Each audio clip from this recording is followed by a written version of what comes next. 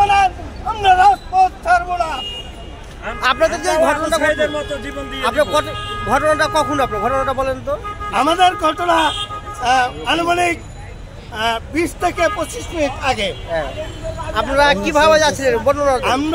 আমরা পদযাত্রা শান্তিপূর্ণভাবে আমরা পদযাত্রা করছি, সেখানে শান্তিপূর্ণভাবে আমাদের ব্যারিকেড দিয়ে টিয়ার গ্যাস ও গরম পানি দিয়ে এবং গুলি বর্ষণ করে আমাদের অনেক শিক্ষকেরা আহত হয়েছে।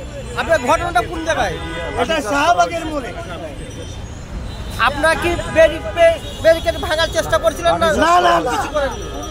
আমরা শান্তিপূর্ণ, আমরা শিক্ষকেরা শান্তি, আমরা শিক্ষক মর্যাদাশীল, আমরা শান্তিপূর্ণ প্রধান উপদেষ্টার কার্যালয়ে ওনার কাছে স্মারকলিপিটা আমার বোনেরা অসুস্থ হয়েছে। আমি একটা প্রশ্ন, প্রধান উপদেষ্টা হয়েছে আপনার এখানে কাকরাইল, আপনারা শাহবাগে ঘটনা ঘটলো কেন? সরাসরি দেওয়ার জন্য চাই না। এই স্বৈরাচার হাসিনা সরকার আমাদেরকে আশ্বাস দিয়ে এই শিক্ষামন্ত্রী দীর্ঘমণি আমাদেরকে আশ্বাস দিয়ে আজ হবে কাল হবে এই আমাদেরকে আশ্বাসের সঙ্গে সব ওকে আমাদেরকে আজকে দিবে কালকে দিবে। এইবার আন্দোলনে আমরা আসার পর আমাদের স্ত্রী সন্তানেরা